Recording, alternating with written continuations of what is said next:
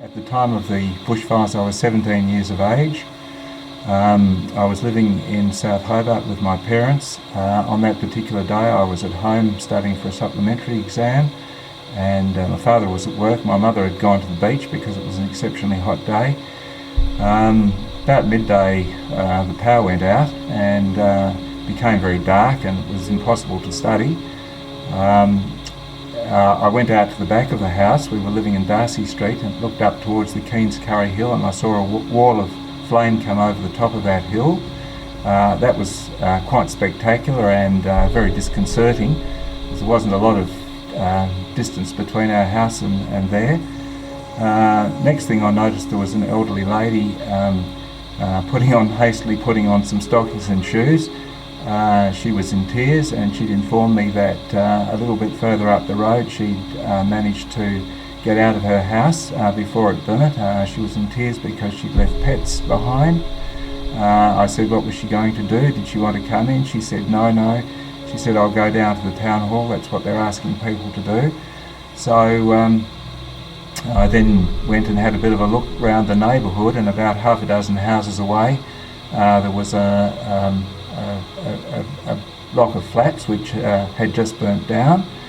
I wasn't quite sure what to do, but I thought the only thing I can really do is stay around the house.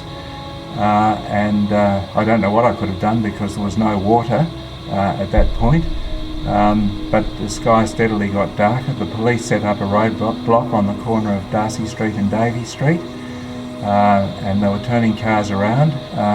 My father later informed me that a mate of his drove straight through it. He went up to Ferntree and was able to save his family up there. But about mid-afternoon there was a change in the weather, and the darkness cleared away and the burning embers stopped dropping out of the sky. So I went for a bit of a further walk at that point. I thought it was safe to leave the house, and I found on numerous occasions I found houses on fire. I found the burnt out remains of houses with owners in tears in front of them. Power lines were down, and it was really quite a scene of devastation and confusion.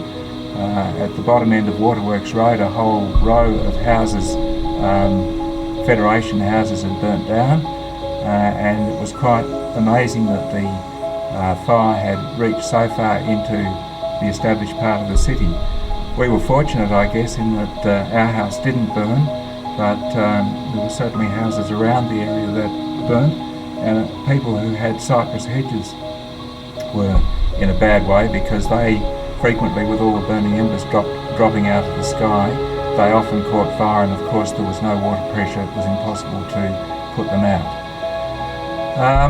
So that basically is my memory of that day. My father did manage to get home from work about mid-afternoon, and my mother, who had been down at Lauderdale, had come back through areas which had been totally burnt out on her return trip. So we were very fortunate that we were all safe, but there were many less fortunate than ourselves. And those memories are still, 50 years later, very, very clear to me.